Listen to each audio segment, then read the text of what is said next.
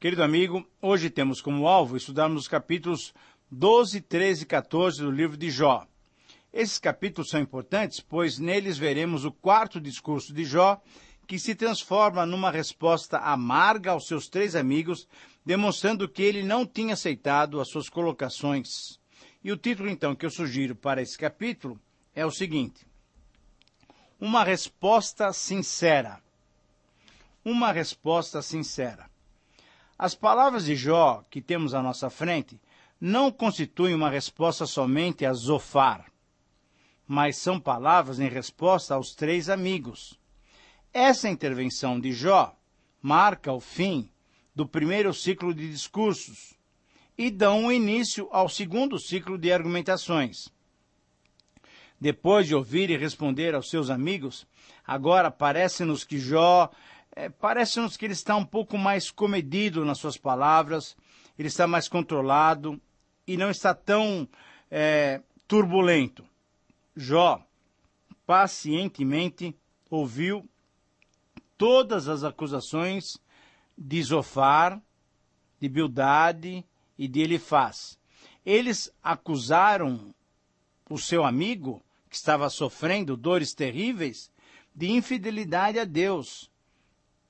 Eles instaram para que ele se arrependesse e se voltasse para Deus. Por quê? Porque pressupunham que ele tinha algum pecado. Esse apelo não fora feito com o desejo sincero de ajudar o amigo, mas o apelo estava sendo feito na sabedoria, para demonstrar a sabedoria referente à pessoa de Deus. Eles queriam demonstrar que eles conheciam muito sobre a pessoa de Deus. Na verdade, eles queriam demonstrar que eram mestres do que realmente eles não conheciam. Então Jó passa a responder não só a Zofar, mas aos seus três amigos, isso é, a Elifaz, a Bildade e, consequentemente, a Zofar. Assim, a partir desse ponto, ele está mais controlado. Mas ele continua firme nas suas convicções e ainda se mantém firme em afirmar a sua inocência e não blasfemar contra Deus. A resposta de Jó é longa e se divide em três etapas. Primeiro, ele se defende dos seus amigos, no capítulo 12. Segundo, ele acusa os seus amigos de tentarem defender a Deus de uma maneira errada, ao mesmo tempo em que eles o estão acusando de pecado. E isso nós vamos verificar no capítulo 13. E, por fim, ele ora a Deus, pedindo a sua misericórdia, baseando-se na miséria da própria condição humana. E isso nós vamos ver no capítulo 14. Por isso, o princípio que podemos extrair desses capítulos pode ser visto nessa seguinte frase. Se você tiver condições, anote. Essa é a resposta de Jó para os seus três amigos. Capítulo 12, 13 e 14 do livro de Jó. Somente quando somos sinceros, temos condições de expor a motivação do nosso coração. Eu repito essa frase. Somente quando somos sinceros, somente quando você realmente é sincero, abre o seu coração, então nós temos condições de expor, de colocar, de revelar a motivação do nosso coração. E nesse texto, nós vamos encontrar exatamente três respostas, ou melhor, três etapas dessa resposta sincera. No capítulo 12, a primeira etapa, no capítulo 13, a segunda etapa, no capítulo 14, a segunda etapa. Três etapas de uma resposta sincera. A primeira etapa de uma resposta sincera se vê na confrontação das acusações sofridas. Todo o capítulo 12, do versículo 1 até o versículo 25. Nesse trecho, Jó começa a sua réplica com uma boa dose de sarcasmo. Ele desenvolve 5 pensamentos. Primeiro, ele observa que, ainda que eles possam pensar que são os únicos que têm alguma sabedoria, ele, Jó, sabe as coisas que eles sugeriram. Então, Jó é sarcástico. Ele estava, de fato, respondendo a Elifaz, a Bildade e a Zofar. Mas aqui, especificamente, ele responde a Zofar que estava insistindo com ele que ele tinha pecados. Zofar, você deve se lembrar, tinha sido muito duro chamando-o de estúpido e comparando-o a um asno, a um animal. Então Jó reage com sarcasmo e também diz para ele que ele sabe usar a lógica, que ele tem condições de usar a sabedoria. Na verdade, ele disse que ele era tão inteligente quanto qualquer outro. Ele afirmou que Zofar não tinha o monopólio da sabedoria. Nenhum dos seus amigos era sábio o suficiente além dele. Aquilo que eles estavam apresentando não era nenhuma novidade para eles. Em segundo lugar, ele chamou a atenção dos seus amigos para a realidade de que a teoria deles não se ajustava aos fatos. Jó desafiou a maneira de pensar dos seus amigos, pois, conforme o seu parecer, em relação à questão mais importante, os seus amigos não tinham conseguido dar qualquer boa explicação. Nos versos 4 a 6, a pergunta que está por trás é a seguinte: como podia um homem que era reto e justo, que orava e era atendido por Deus, de uma hora para outra servir de motivo de riso, de irrisão? Veja que essa palavra aparece na tradução que normalmente nós usamos, a Revista e Atualizada. Isso é, como é que de uma hora para outra, uma pessoa que era atendida por Deus nas suas orações, passasse a servir de motivo de zombaria, de escárnio? Ironicamente, Jó afirmou que aqueles que estavam seguros, isto é, na verdade, os três amigos se sentiam seguros. Esses tinham a tendência de agirem de modo a desprezar o desafortunado, aquele que estava em aflição, aquele que sofria e não sabia o motivo pelo qual sofria. E reafirmando a sua inocência e a sua isenção de culpas, conquanto ele fosse justo, ele claramente percebia que os seus amigos também estavam zombando dele. E conhecendo então bem a situação, ainda ele via que as tendas dos tiranos gozam paz. Na verdade, Jó conseguia perceber no mundo que muitos tiranos, muitos pecadores, muitos ímpios, muitos maldosos estavam vivendo em paz. Por isso ele se questionava. O uso então da palavra que Jó faz, dessa palavra seguro, no versículo 6, certamente ele está se referindo ao comentário de Zofar, quando ele citou em capítulo 11, versículo 18, essa segurança. Em terceiro lugar, Jó continuou com seu sarcasmo, observando que a sabedoria dos seus amigos é possuída até pelos animais. Agora, Jó também foi duro nessa colocação. Ele até parece estar depreciando a sabedoria dos seus amigos, que, embora fossem idosos, não conseguiam expor-lhe a verdadeira sabedoria, não conseguiam revelar-lhe o porquê do seu sofrimento.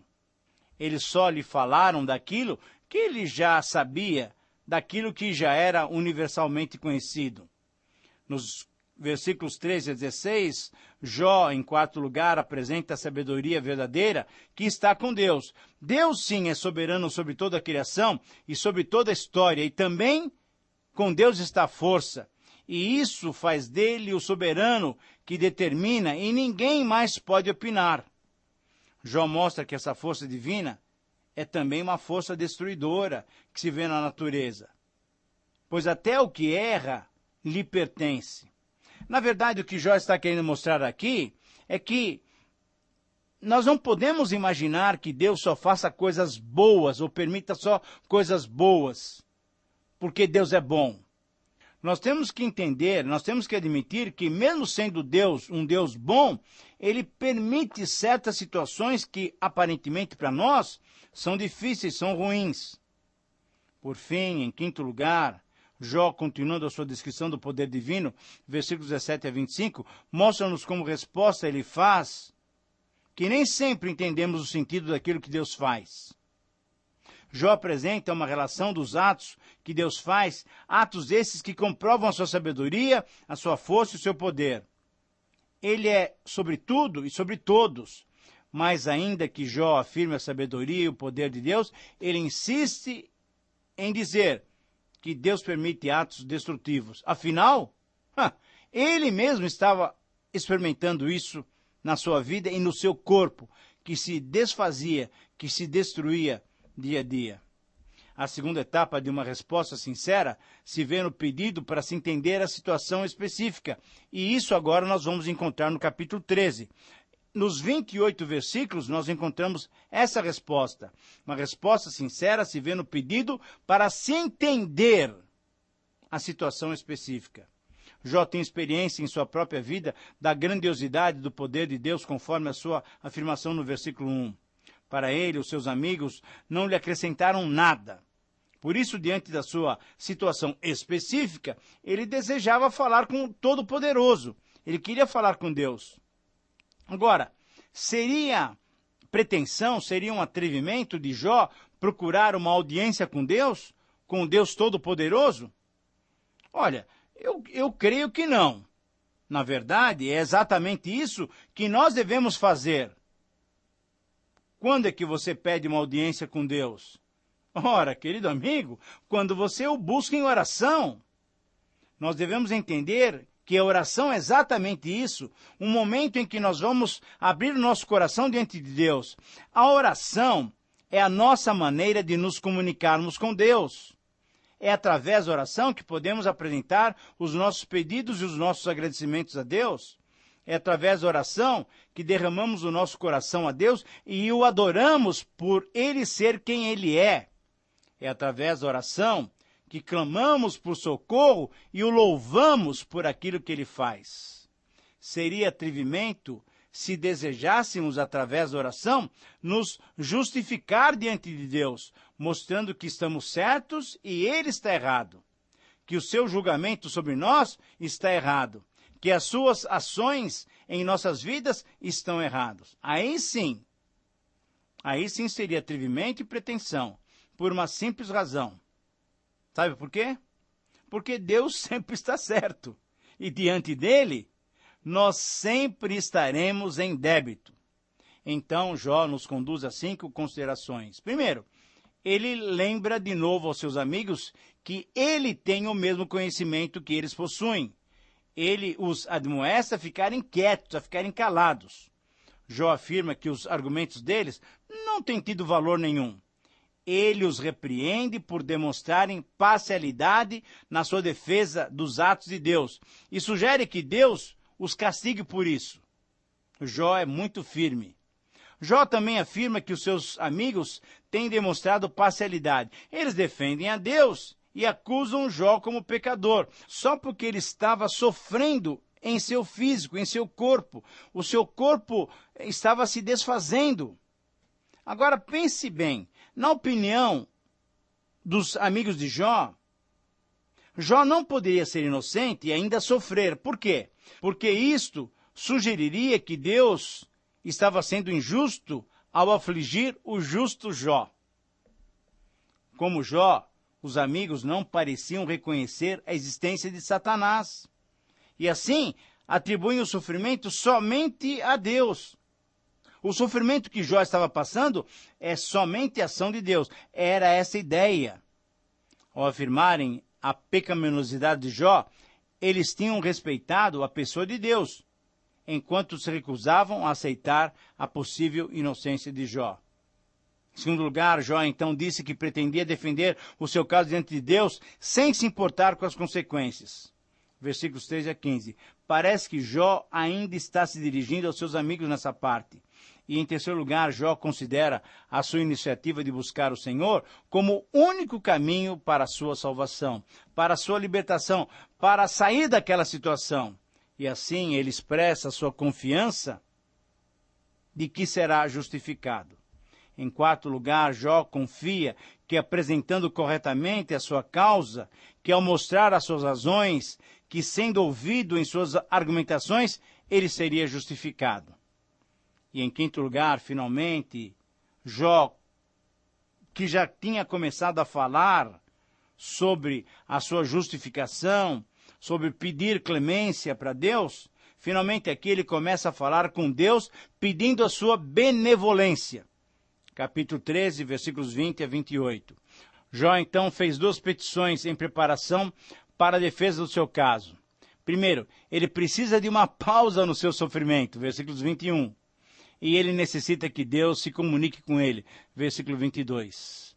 Jó pede a Deus que revele os seus pecados e expressa perplexidade quanto ao motivo pelo qual Deus o está tratando como inimigo.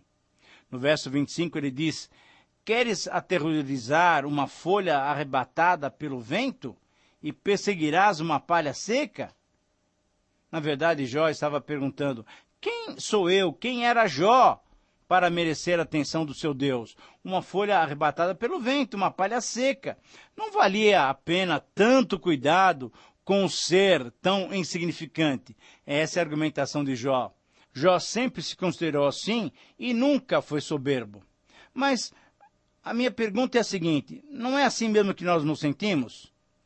Nos sentimos como nada, mas mesmo assim buscamos a face de Deus e graças a Ele mesmo, hoje nós podemos entrar na sua presença pelo precioso sangue de Jesus Cristo.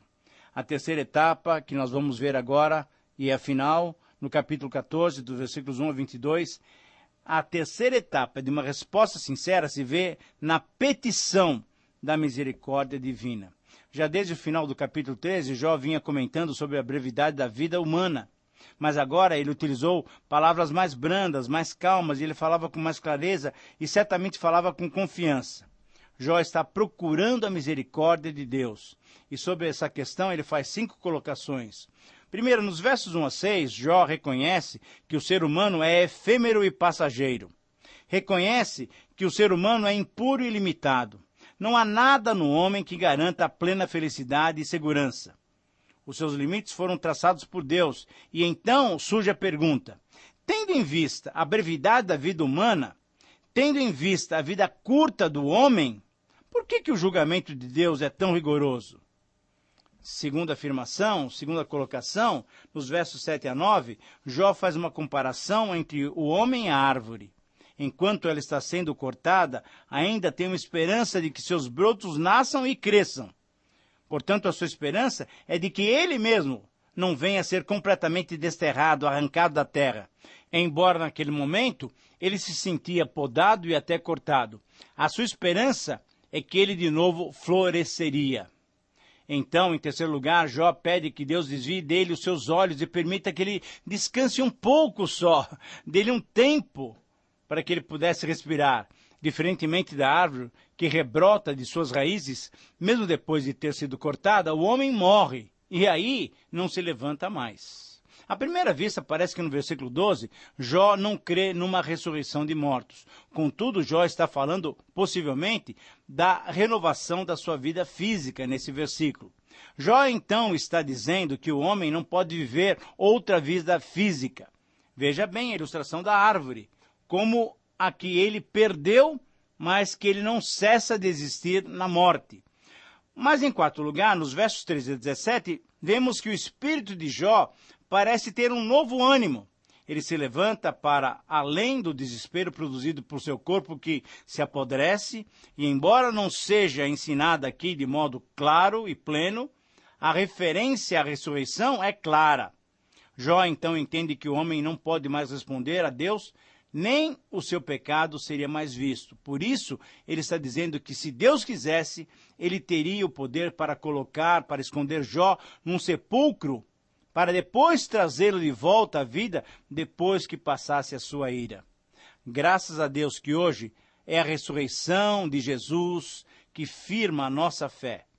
E finalmente, em quinto lugar, Jó termina o seu discurso até em desespero, versículos 18 a 22. Tão certo como a erosão acontece, Deus destrói a esperança do homem. Essa é uma outra ilustração, uma outra figura que ele usa para demonstrar a finitude do ser humano. A erosão vai corroendo e tem um término. Nesse ponto dos acontecimentos, Jó tinha dúvidas. Mas como sabemos, logo adiante ele compreenderia que na maravilhosa graça divina haveria completa restauração. Ele não seria como uma montanha que tem sofrido o processo de erosão. Não, ele seria restaurado e bênçãos ainda maiores, mais abundantes do que aquelas que ele tinha tido no início. Ele teria depois da sua experiência com Deus. Querido amigo, o meu desejo é que você tenha essa confiança, essa fé no seu Senhor, que pode nos permitir passar por momentos difíceis, mas que sempre tem um bom propósito para as nossas vidas. Que o Senhor te abençoe, que o Senhor lhe dê essa visão de vida. Um grande abraço e até o próximo programa.